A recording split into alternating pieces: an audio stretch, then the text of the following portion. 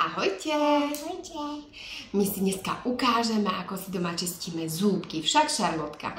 No, tak poď bližšie. Maminka ti vyčistí zúbky. Máme tu špeciálnu kefku, ktorá môže ísť do pusinky, že? No, tak ako si čistíme zúbky? Otvoríme veľkú pusu najskôr.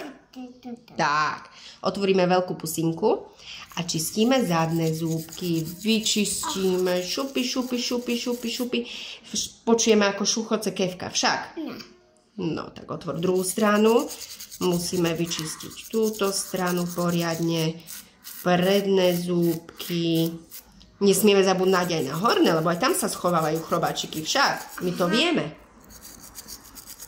Tak, druhá strana, tak narýchlo, aby sme videli. Ešte tu nás sme zabudli tie naše krásne zúbky, tak. A teraz urobíme tiger. Tiger a teraz češeme zúbky však. My tak češeme tie zúbky, aby sme ich mali krásne. Biele ako perličky. Lebo tu sa schovávajú, čo sa tu schovávajú? Mravčekovia. Mravčekovia. A my nechceme mravčekov v pusinke, však? No, tak sa pekne pozdrav.